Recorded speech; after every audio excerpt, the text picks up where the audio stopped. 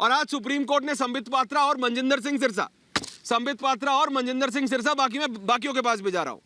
आज सीजीआई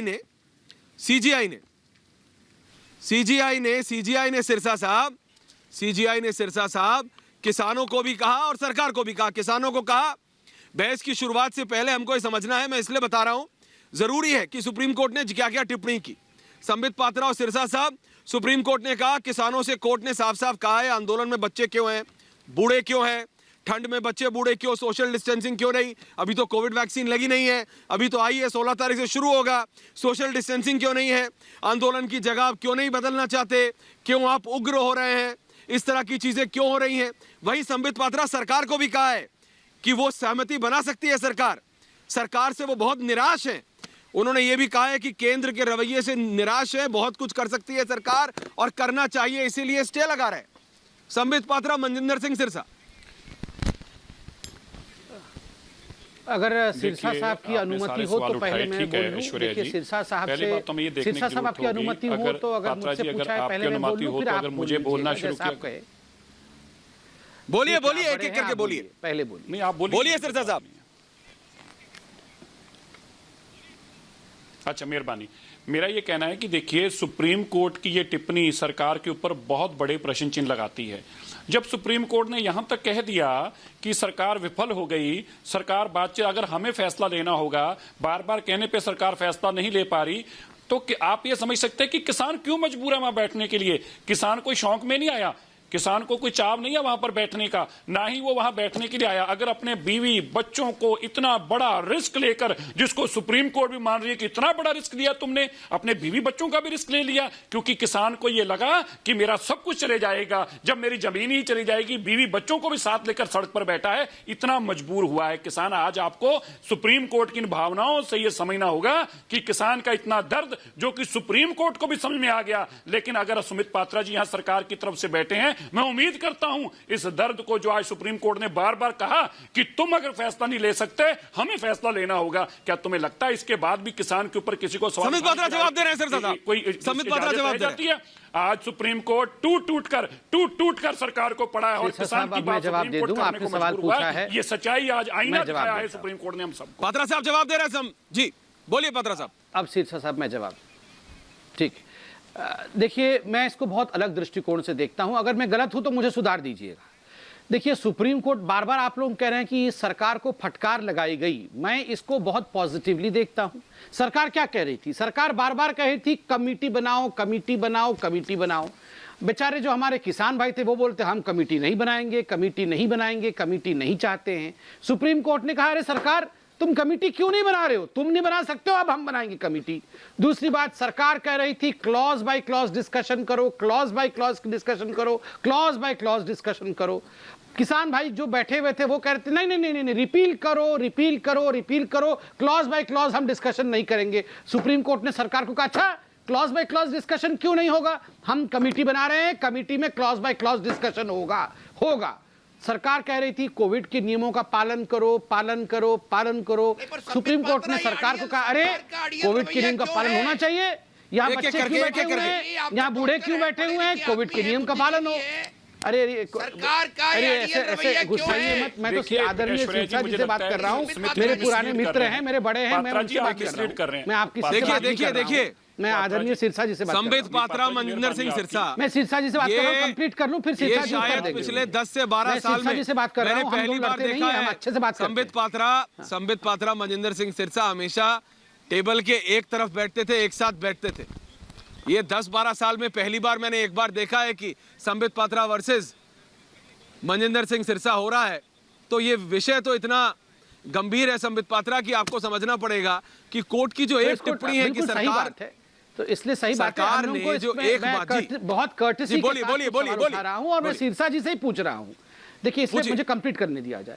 करिए, देखिए करिए। सरकार ने भी वही कहा था कि कोविड हो जाएगा, लोगों में डिस्टेंसिंग होनी चाहिए, कोविड के नियमों का पालन होना चाहिए। आज कोर्ट ने भी यही कहा कि नियमों का पालन होना चाहिए। सरकार ने भी आशंका जताई थी कि 26 जनवरी और किसी भी समय कोई अनहोनी ना हो जाए। हम नहीं चाहते हैं कोई अनहोनी हो, सब किसान जो है वो बिल्कुल सुरक्षित रहे। आज कोर्ट ने भी कहा कोई अनहोनी नहीं होनी चाहिए, सब लोग सुरक्षित रहना चाहिए।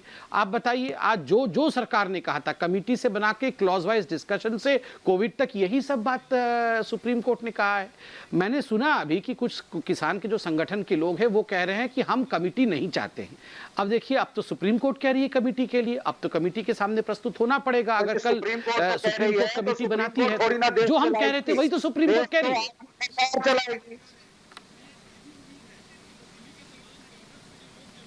देखिए मैंने पात्रा जी ने आपने अपनी बात की, धन्यवाद। किसने? मैं भी मेरी हमारी भी बात अब सुन लीजिए। सबसे बड़ी बात क्या होती है, कोर्ट के पास जब केस गया जी, अब कोर्ट ने जो दो बहुत बड़ी बातें कही, आप उसको इग्नोर करना चाहते हैं, मर्जी कर दीजिए, हम कुछ कर तो सकते नहीं हैं।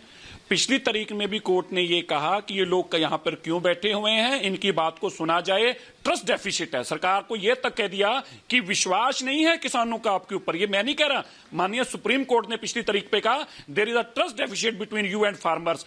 अब बताइए मेरे को, ये विश्वासघात तक की बात अगर आ जाए, वो सुप्रीम कोर्ट की टिप्पणी है, मेरी तो है नहीं है। आज सुप्रीम कोर्ट ने जो कहा उन टिप्पणियों को गंवाने से कुछ होने वाला नहीं है पात्रा जी। आज सुप्रीम कोर्ट ने बड़े स्पष्ट अल्फाजों में यह कहा है कि आप विफल हो गए हैं, आप बातचीत में भी विफल हो गए हैं, आप इनका सोल्यूशन निकालने में भी विफल हो गए हैं। कोरोना के टाइम पे भी ये लोग मजबूर हैं यहां बैठने को, इनके बच्चे, इनकी बीवियां, ऐसे वक्त में जब कोरोना, आप बताइए कौन बैठना चाहता है? मेरे भाई कोई डॉक्टर भी नहीं देखना चाहता था कोरोना का इतना बड़ा कहर था। सिरसा साहब कोर्ट का पूरा जजमेंट, सिरसा साहब आज एक तो पूरा हुआ नहीं है, लेकिन सीजीआई ने, सिरसा साहब एक सेकंड जी मेरी बात ऐश्वर्या जी जो मैंने गलत की, सिरसा साहब सीजीआई की पूरी बात तो रखिए। आपकी मर्जी है, मैं कुछ कर तो सकता नहीं। सिरसा साहब आप वरिष्ठ नेता राय कह दिया। ऐश्वर्या जी मेरी बात तो कर लेने दीजिए। अब बोलिए बोलिए बोलिए। अच्छा करिए करिए बात तो कर लेने दीजिए, आपको मेरी बात गलत लगेगी टोक दीजिएगा। मेरा कहना यह है, आज क्यों किसान, आपको लगता है किसान शौक से अपने बच्चों को कोरोना में लेके आया? बिल्कुल नहीं। ऐसा कोरोना का डर था, लोग अपनों का संस्कार करने नहीं जाते थे। कपूर साहब, ऐश्वर्या जी, लोग अपनों का संस्कार करने नहीं जाते थे। ऐसा दर्द लेकर किसान यहां पे आया है, अपने बीवी और बच्चों को भी कोरोना में बिठा रखा है। इस दर्द को समझिए, इस दर्द को समझिए, इस पीड़ा को समझिए, और इस पीड़ा को आज सुप्रीम कोर्ट ने समझा है। अच्छा होता, आप तो राजनेता है सिरसा साहब। अब मेरी बात सुनिए एक सेकंड में, इससे पहले संबित पात्रा जी के पास जाऊं। सिरसा साहब मेरी सिर्फ यही तो बात है, समझिए ना, सरकार कह रही है बात, बोलना चाहते हो। कोर्ट ने क्या कहा, सीजीआई ने क्या कहा? सीजीआई ने कहा संवाद से समाधान निकलेगा। अरे आप बातचीत, सिरसा साहब आप एक राजनेता है, आप बोलेंगे, सुखबीर बादल बोलेंगे, हरसिमरत बादल बोलेंगी, सरदार प्रकाश सिंह बादल बोलेंगे, तो ये किसान बात सुनेंगे। आपको ये कहना चाहिए कि बात कीजिए, संवाद कीजिए, संवाद से समाधान निकलेगा। सिरसा साहब बात तो करनी पड़ेगी। बात हुई तो है। बिना बात किए कैसे समाधान निकलेगा? मुझे एक सवाल पूछना है सिरसा साहब से। पूछिए, एक एक करके एक सवाल में सिरसा साहब से पूछिए। संबित पात्रा सवाल पूछ रहे हैं सिरसा साहब। एक सवाल सिर्फ। ठीक, पूछिए, फिर मैं बाकी पैनलिस्ट के पास जा रहा हूँ। सिरसा साहब आपकी अनुमति से, सिरसा साहब आपकी अनुमति से मैं आपसे एक सवाल पूछना चाहूंगा। सिरसा साहब आपने सुना होगा कि आज सीजीआई साहब ने कहा, सुप्रीम कोर्ट ने कहा कि हम एक कमेटी बनाएंगे और बातचीत कमेटी के माध्यम से होना चाहिए। आप भी मानते हैं कमेटी बनेगी तो कमेटी केवल रिपील के लिए तो नहीं बनेगी, committee clause by clause discussion के लिए बनेगी। कल अगर अपने निर्णय में सुप्रीम कोर्ट कमेटी बनाती है तो क्या जो किसान संगठन हैं जिसका आप साथ भी दे रहे हैं, वो लोग जाके कमेटी से बातचीत करेंगे? उन्हें करना चाहिए। और चूंकि सुप्रीम कोर्ट इसको एक सही नतीजे तक पहुंचाएगी तो क्या किसानों को अपने घर वापस नहीं चले जाना चाहिए अगर सुप्रीम कोर्ट की कमेटी सुनवाई करेगी? तो आपका इस पर क्या मत है? सिरसा साहब जवाब दे रहे हैं। पहली बात तो आपका धन्यवाद जी।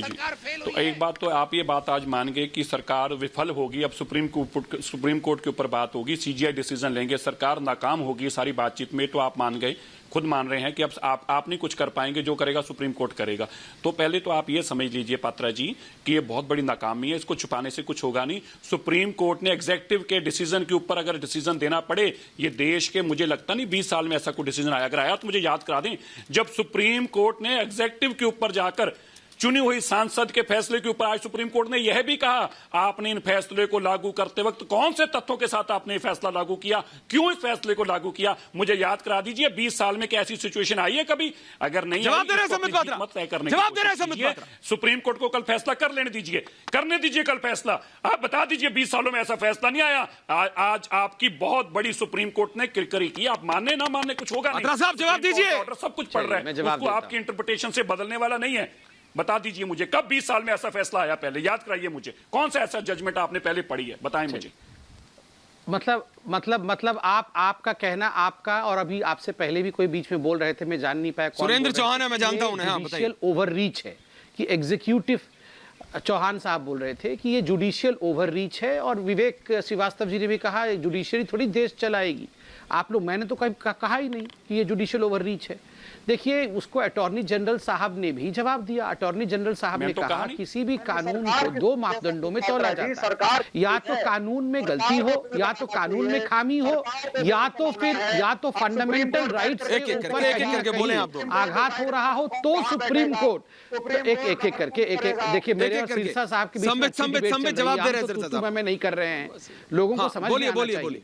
हाँ, देखिए, एक तो अटॉर्नी जनरल ने कहा कि कोई भी कानून अगर आपके मौलिक अधिकार, फंडामेंटल राइट के ऊपर आघात करते हैं, या उसके विधायिकी में, उसके एक लेजिस्लेशन में एक फॉल्ट है, तो सुप्रीम कोर्ट उस कानून को होल्ड कर सकता है।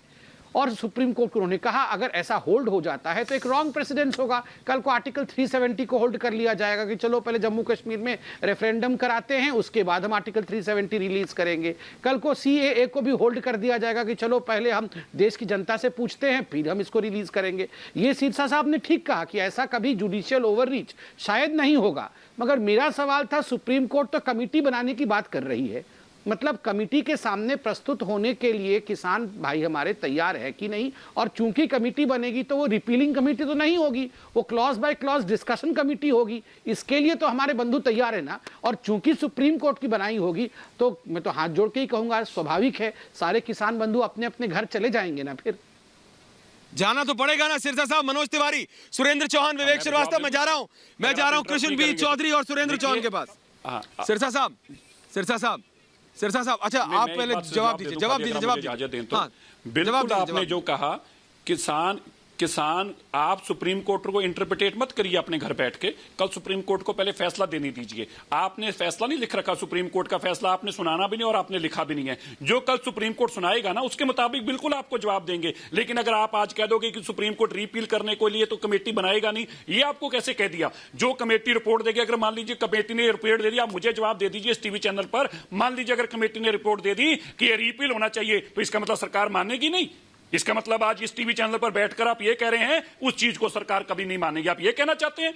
तो क्या कमेटी के पास अधिकार नहीं होंगे? क्या कमेटी अपनी मर्जी से फैसला भी नहीं लेगी? वो भी आप उसको डिसाइड करके देंगे। पात्रा साहब को जवाब देने दीजिए, फिर मैं बाकी पैनल के पास जाऊंगा। इतना आगे मत जाइए, संगठन ने कहा है कि जवाब दीजिए और कमेटी को जवाब आने दीजिए। इतना आगे मत जाइए, इतना मत आगे जाइए।